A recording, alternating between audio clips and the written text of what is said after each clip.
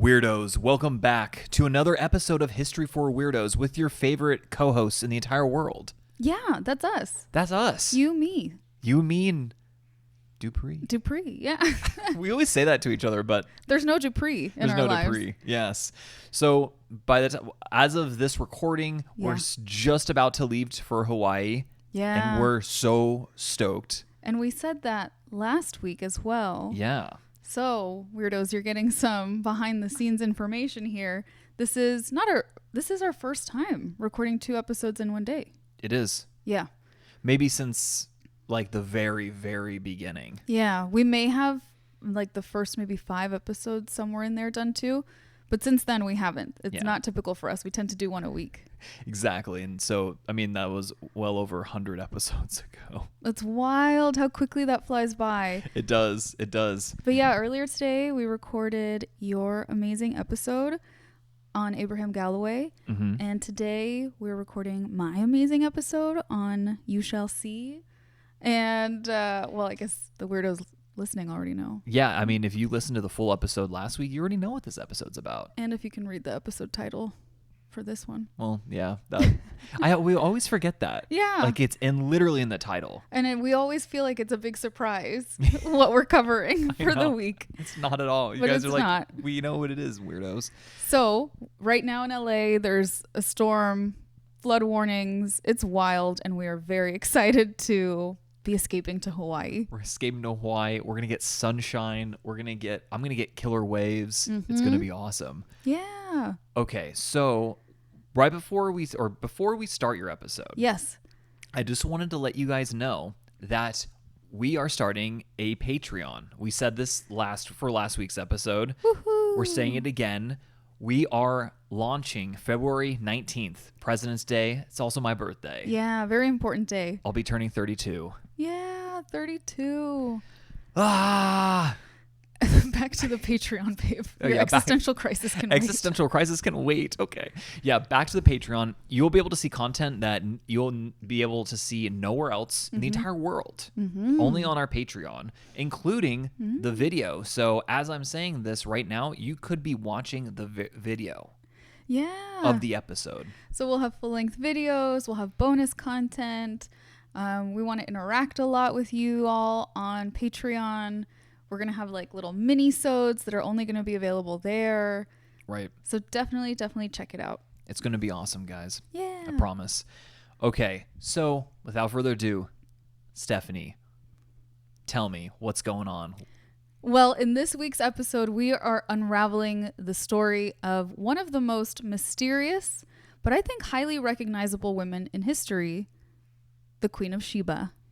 It's so interesting to me because this is she's one of those characters that is constantly referenced, but we don't know, I don't know the first thing about her, but I have heard her name a million times, very much so until recently, about like Croesus, right? Like Rich's Croesus. But most people don't know who Croesus was. Yeah, that's a good example. Yeah. And today, if someone says, "Who do you think you are, the Queen of Sheba?" Right. It makes it seem like you think you're very pretentious, maybe, or like you're better than them. Yes, I'd say pretentious. Yeah.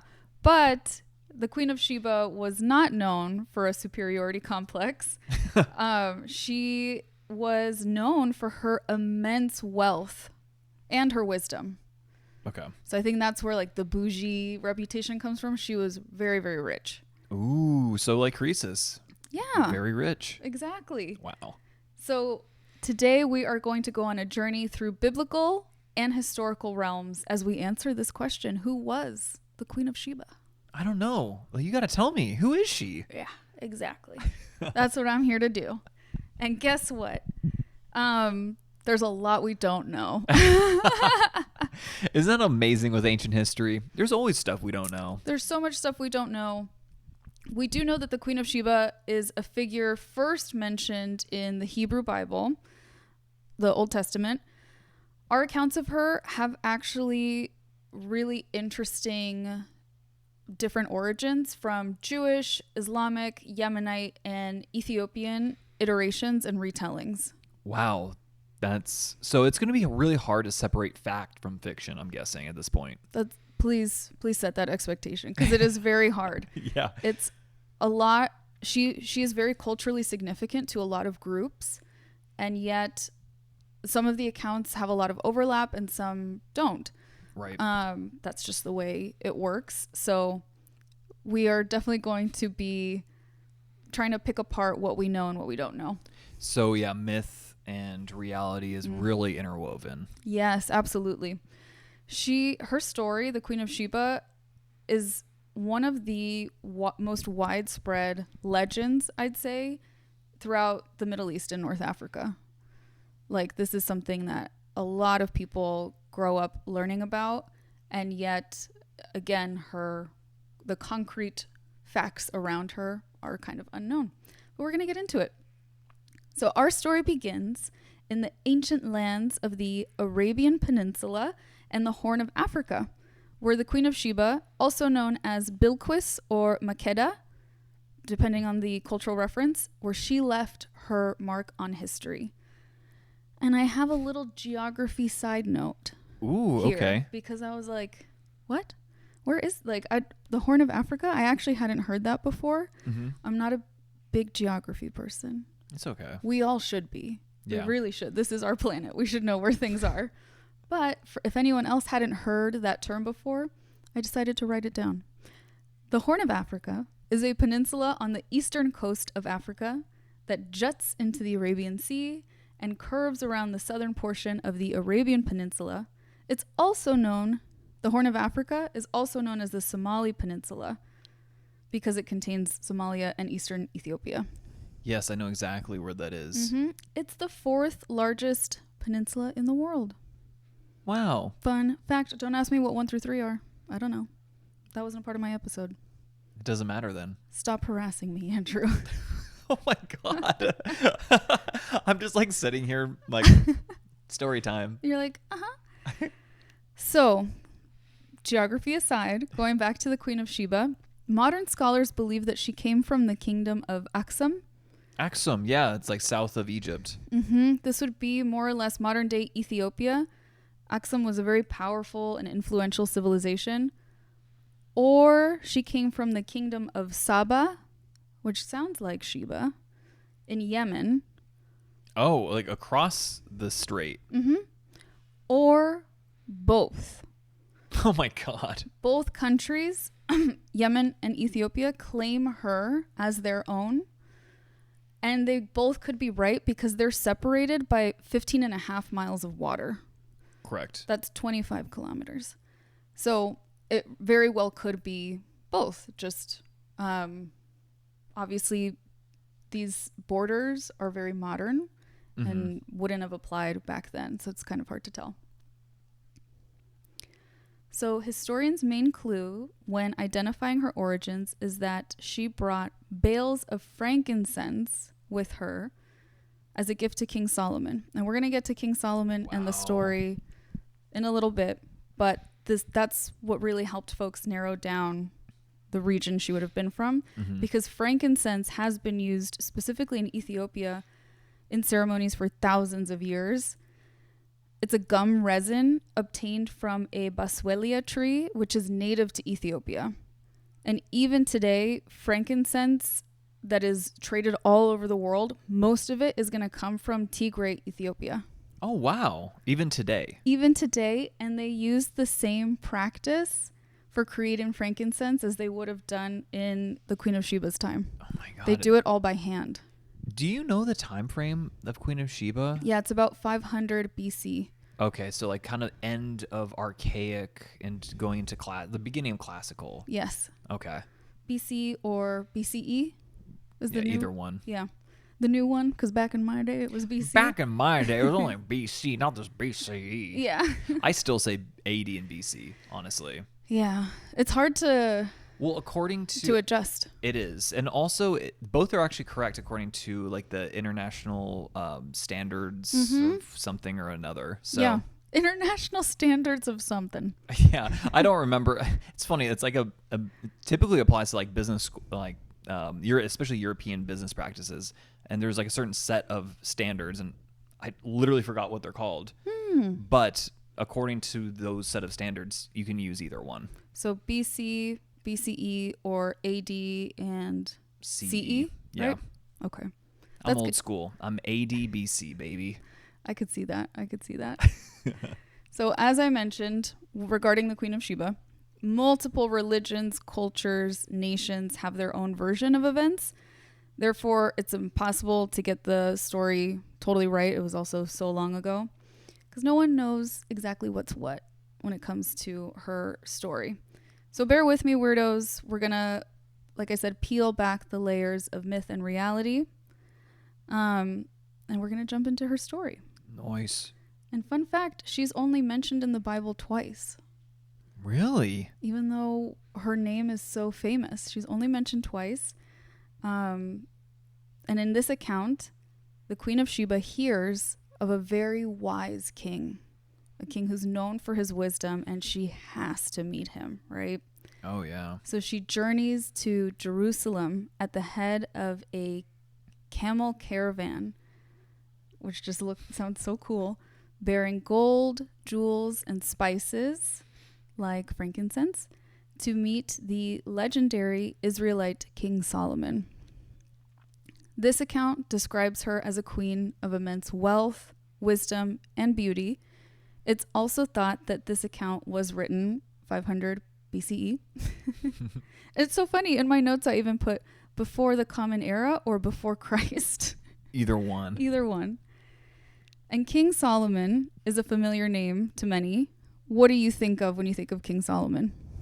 I think of like the wise ruler who's like, you know, who presides over judicial cases, who ironically, there's even a term, I think, like King Solomon's dilemma, where you're really good at solving other people's problems, but you're notoriously awful with your own life. Oh, like, because he had such a yes. sordid, like, personal life.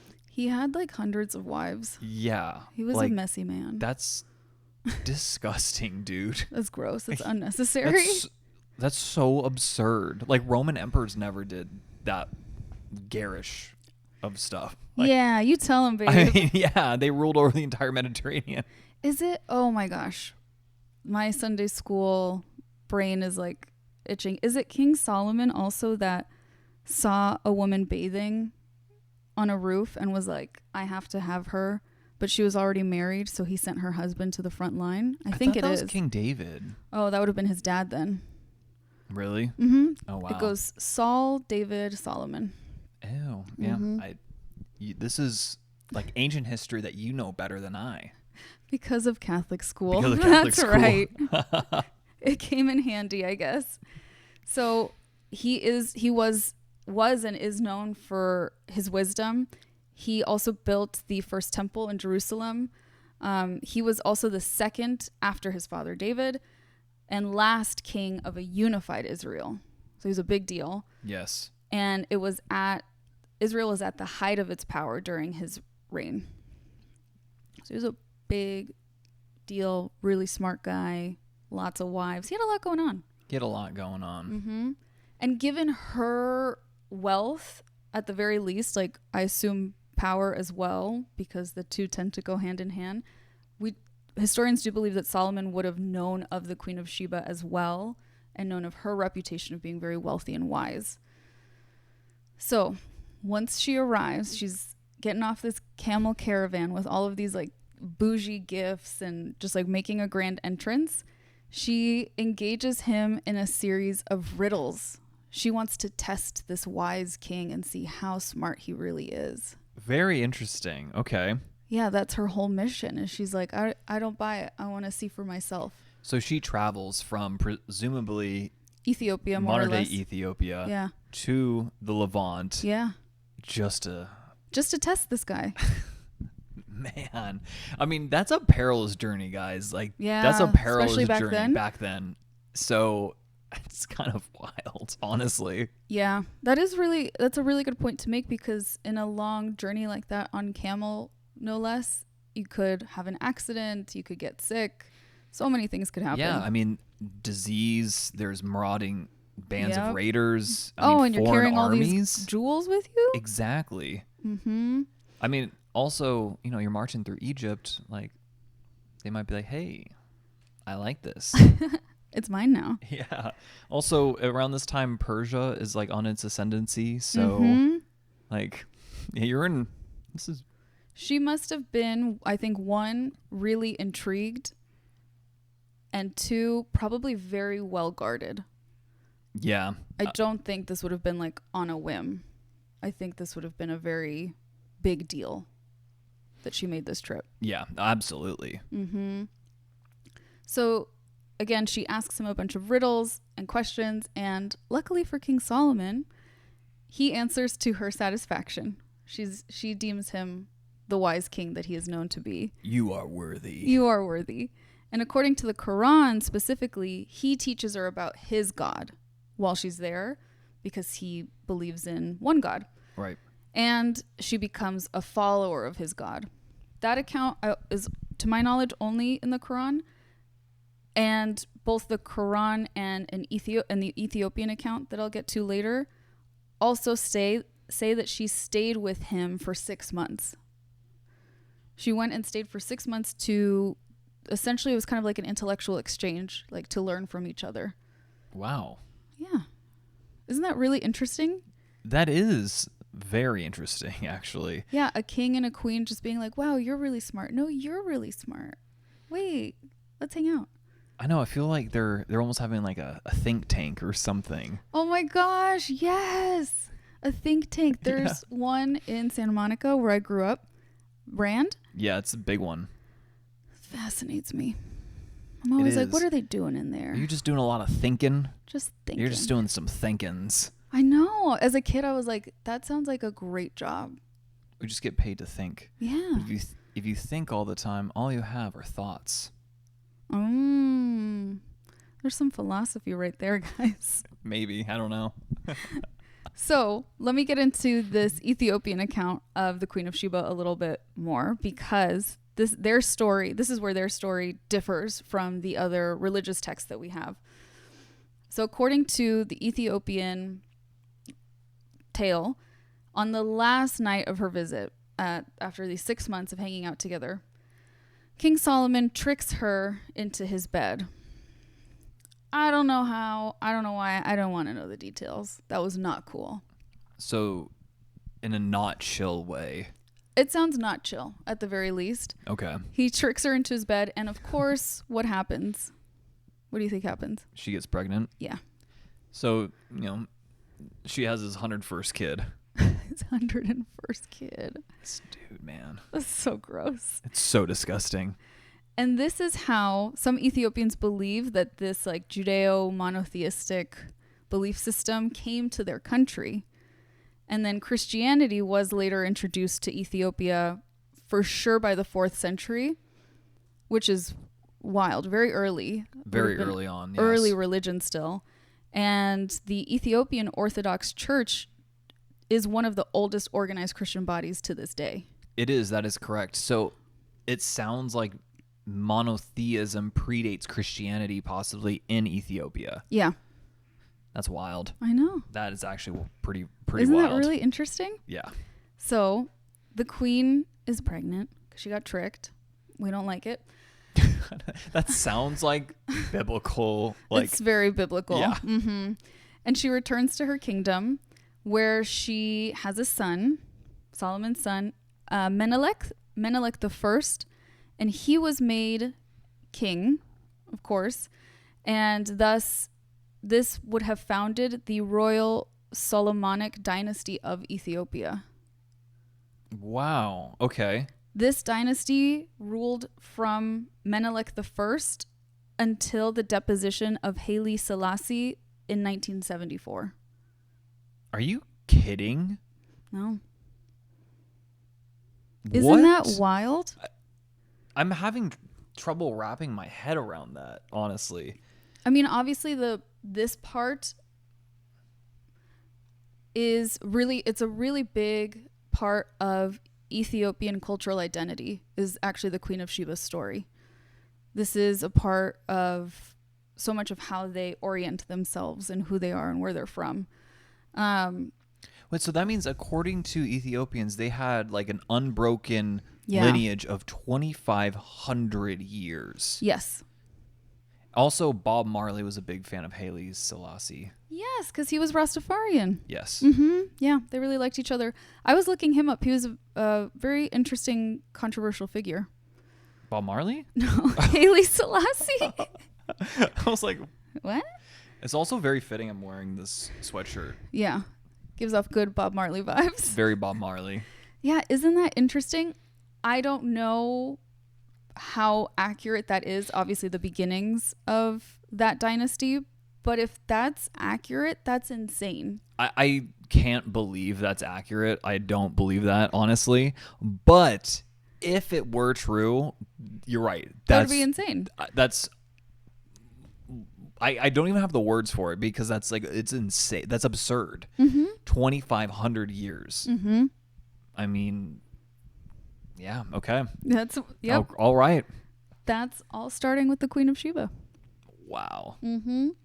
However, biblical narratives aren't the only sources we have about her.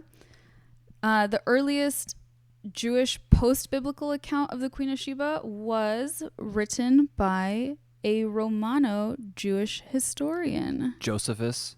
Yep. I knew it. Flavius Josephus. Yeah, first century. Damn. He knew. I know my Romans, baby. So a little bit about Josephus, which you may already know all of these things. It's okay. He's best known for writing the Jewish War. Yeah. That was the historical account's name. He was born in Jerusalem, which was then a part of the Roman province of Judea, to a father of priestly descent and a mom who claimed royal ancestry. I feel like a lot of moms do that, though. I'm not going to lie. Yeah. that is true. They're just like, oh, yeah, royal ancestry. Oh, that sounds good. Sounds great. But who knows? So he initially fought against the Roman Empire during that first Jewish-Roman war, and he was a general of the Jewish forces of Galilee until surrender in 67 AD to the army led by Vespasian. Yes, who was not the Roman emperor at the time, but would be in a few years. Well, actually, Josephus claimed that the Jewish prophecies that initiated this first war referred to Vespasian as becoming a Roman emperor. In response, Vespasian was like, I like you. Yeah. Hey, man, you're going to be Roman emperor. Okay. The prophecies say so. And he was like, you can hang around. So he kept Josephus as his slave and his interpreter. Right. And slave at this point in time could mean a lot of different things. A lot of different things. Like, there were slaves that lived better than 99.9% of Roman citizens because of like who their benefactor was. In this case, Vespasian, who, interestingly enough, it's very interesting he said this because all of the emperors at this point in time had a connection to either Augustus or Julius Caesar. Right. So they were considered like quote unquote royal, right? Romans didn't like monarchy, but they were the closest thing without being They had kind of noble blood. Exactly. And Vespasian, he was just like a commoner. Yep. And I mean, you can win a lot of stuff by the sword. That's very true. That's and very especially true. in the ancient world. And he heard this man say, that's what's going to happen. That's what my culture's prophecies say. And he's like, you're my new bestie. You're my new bestie. I love it. We're going to hang out and you're going to interpret stuff for me. Yeah, it's very wise by Josephus, even if he was full of, you know what. Yeah, that's true. So Vespasian does become emperor in 69 AD, and he grants Josephus his freedom. My man. Yeah. I like Vespasian. Underrated emperor. You think so? Absolutely. And Josephus assumed the emperor's family name, Flavius. That's Smart. how, close they were, I guess. And it would have positioned him very well as a new free person. Yeah, that was quite common. Hence, Flavius Josephus. That's like such a badass name, honestly. So he writes about the Queen of Sheba, and I just thought that his story was also really interesting, so I had to go on this little tangent. But in his written history called Antiquities, which is so funny to think about that they think of these things as antiquities, he takes a little bit of a narrative detour on the Queen of Sheba, which I think was common for historians back then to kind of weave in their own thoughts or ideas into a story. Is that accurate? Absolutely. I mean, Polybius, he was a 2nd century BC Greco-Roman author. He was also like a very well-to-do slave of a famous Roman family. Wow. And he wrote his whole thing. He wrote like the history of Rome from like kind of the 220s to like the 170s. Yeah. And like a 50-year period. And basically his audience were fellow Greeks, explaining why he thinks that the Romans were on this crazy ascendancy, how they went from like semi-barbarians to masters of the Mediterranean. So it was like his opinion. It was his opinion, right? And he makes good points, and I understand where he's coming from, but at the same time, it's not just strictly history. He's giving his interpretation as well. Yes, that's definitely what's going on with Josephus as well, because he is weaving the Queen of Sheba's tale for a Greek and Roman audience. Yeah. And here he emphasizes that she's not just a queen, but she's a philosopher queen. Ooh, very nice. And he says that her kingdom spanned what we would know today as Ethiopia and Egypt. So he like extended it. Wow. It doesn't seem like the Egypt part would be accurate at all, but again, that's just like what he threw in there. Right. And Josephus's take isn't in alignment with a lot of the Jewish and Islamic legends, but it left a really big mark on the Christian tradition of her, Very unsurprisingly. Yes. So the impact of this Romano-Jewish historian's interpretations has in itself stood the test of time, influencing how she's perceived. That's kind of where we get the emphasis on her wisdom as well, like her wisdom matching Solomon's wisdom is through him. It's through Josephus. That's really interesting. Okay. And then around the year 216 CE/AD is how I wrote it. An early Christian scholar called Origen of Alexandria. His name's Origen? Yeah. I actually don't know this guy. Yeah, Origen of Alexandria wrote funny. an entry on the Song of Songs, which is a Hebrew collection of poetry, kind of like how in the Bible there are psalms, which are poems and songs. So this is Song of Songs, Hebrew collection of poetry, and it focuses on love and sex within a marriage specifically. And this is where... Very good Christian. Yeah. And this is where the Queen of Sheba comes up in these writings. And in it, Origen claims that the Queen of Sheba was, quote, beloved, black, and beautiful. That's actually really cute. I love that. That would be a really good shirt. I know. Right? Weirdos. All of these ideas, take them. They're yours. They're yours. I know that could be like kind of like a second value proposition of our podcast. You get to like listen to us rant about history and, you know, maybe just like pepper you with like random facts that you can tell your friends at dinner parties / regular parties. And business ideas. There you go. Creative ideas here that we would not partake on ourselves. Guys, it's history for weirdos. Yeah, be weird, make stuff. Man, I love it. Be weird, make stuff. I like that a lot. Another one, guys. Another one. And another one. And lastly, I want to go back to how I mentioned that the Queen of Sheba, regarding the legends. Right. The Queen of Sheba is an important figure in Ethiopian national identity. It's because her story is weaved into the national epic / foundation story of Ethiopia, and it's called Glory of King. So this is a story that everyone would know, and this is where she's referred to as Makeda specifically, and this is where we learn about her role in the founding of the Solomonic dynasty through her son Menelik. Wow, okay. Yeah. That's very interesting. Yeah. Isn't that really interesting? Yeah. In terms of, I was looking into archaeological evidence around the Queen of Sheba to better pinpoint maybe where she would have been from or any information we could glean.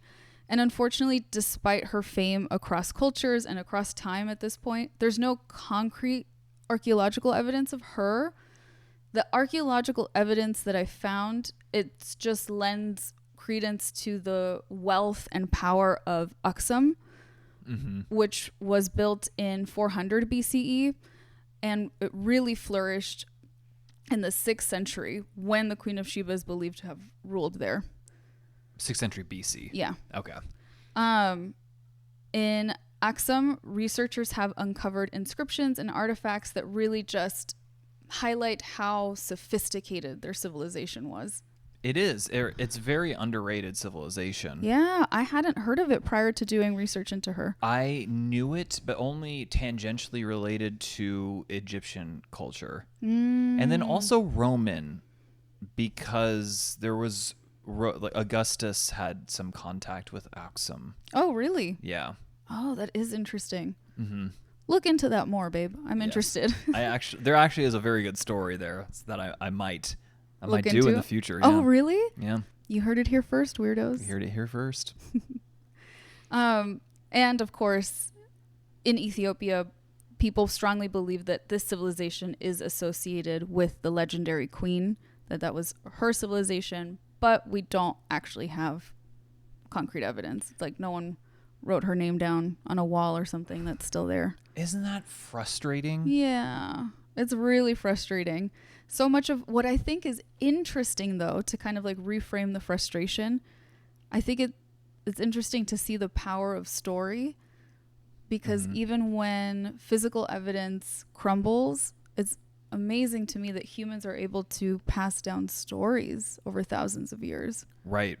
No, that's absolutely. I mean, stories really drive.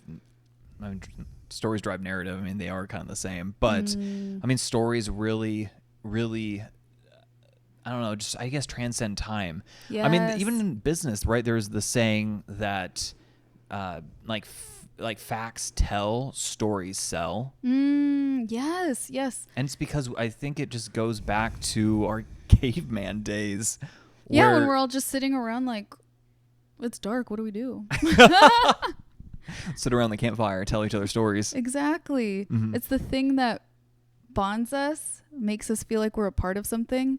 Correct. And that's, I think, why obviously so many great civilizations like Aksum or like Rome have very interesting foundation stories. Right. Even fantastical at times. Even fantastical. Absolutely. So overall, the Queen of Sheba remains a very mysterious and multifaceted figure. Her story has transcended religious and cultural boundaries, which I think is so cool. And she's obviously captivated the imagination for a very long time. And dear weirdos, whether you envision her as the biblical queen, a wise ruler, the Ethiopian queen, or a blend of all of these things, her legacy really endures. And that's what I think is so cool. It's so cool. And that wraps up this episode on the Queen of Sheba and her mysterious and yet very impactful tale. No, incredibly impactful. I mean, it is interesting. And these are, you did a great job, because these stories are really hard to tell, because it's like, where do you separate fact from fiction? It's impossible. And people are writing these things down so much later after the fact, because they're passed down through oral tradition first. Exactly, which you can add things. And we know for a fact that happened with the Iliad. Oh, yeah. Like, it was first told probably, at the very end of the Bronze Age, and over the course of like 500 years, you add some things, because there are like events that happen that are anachronistic. Yeah. And there's a lot of like politics that go into that too. Absolutely. Even modern day politics, right? Like claiming, this ancient hero or this ancient like wise, queen might belong to us, might belong to someone else, but we're going to claim her. Yeah. Because that gives us a source of legitimacy. Yeah. And I hope something that I probably should have addressed this at the beginning.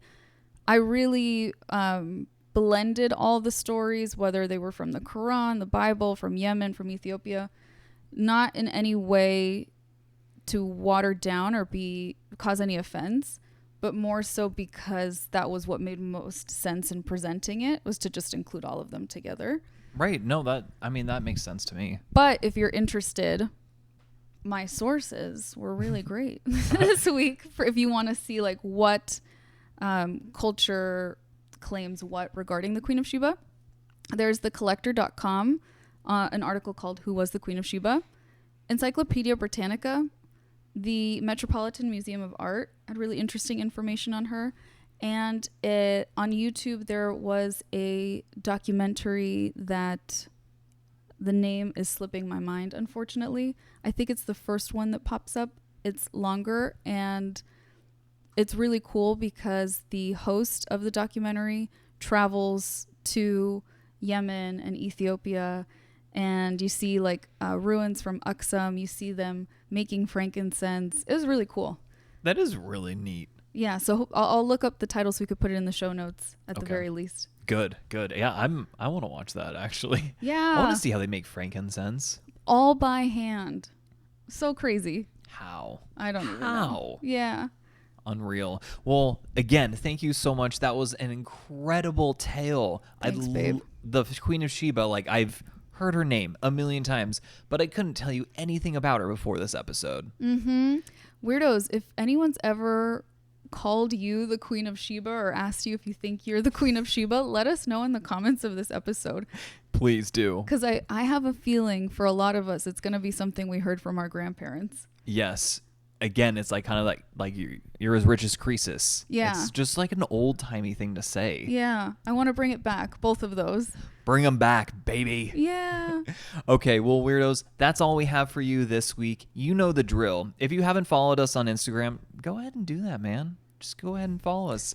Also on Spotify or Apple Podcasts or wherever you listen to podcasts, yes, go ahead, follow us there as well so you're up to date with all the newest episodes. And that's it. Just do those two things and you're golden. Yeah, and you're good in our books. Exactly. So thank you so much, weirdos. Until next time. Until next time, weirdos. Adios.